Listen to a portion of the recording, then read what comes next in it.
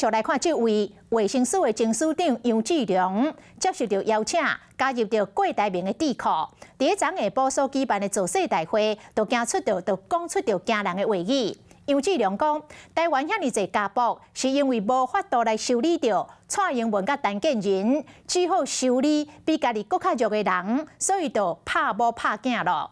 这个话一讲煞，总统府随着严正来谴责，讲这个家暴是受害者的伤痛，无应该摕来攻击他人。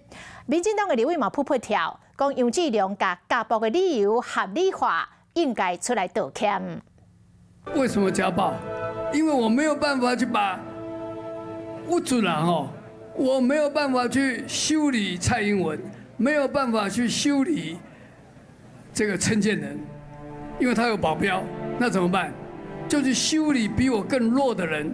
打老婆打小孩。前卫生署长杨志良昨下晡出席鸿海创办人郭台铭的主流民意大联名造势，讲出这款话，互大家拢惊一跳。总统府强调，家庭暴力议题是受害民众伤痛，政府表示强化社会安全网的设置，任何人对于这件代志拢应该严肃面对。另外立委无拢来轮流给杨志良。杨志良台语有一句话讲：“你真正真夭寿呢。”好，请你出来道歉。既不科学又合理化家暴的理由，怎么会有这么荒谬的不入流的说法？按照杨志良的逻辑，会家暴的都是非绿阵营的喽。大炮前署长啊，基本上可能是快人快语过了头，没有思考的比较周全。马伫咧马政府担任内阁官员的杨志良讲着话，那赢立委嘛是挺客气，安尼邀请杨志良加入智库的郭台铭，赶快互大家骂甲无力。杨志良跟馆长的差别已经只剩下肌肉的大小了。除了要谴责杨志良以外，把这些杨志良们当作智库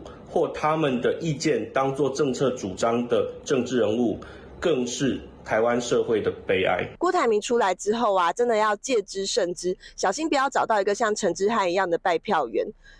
台铭朱大哥加油好吗？就伫咧郭台铭宣布参选总统前一天，杨志良说地属失言，毛贵党的参选之路为题不断。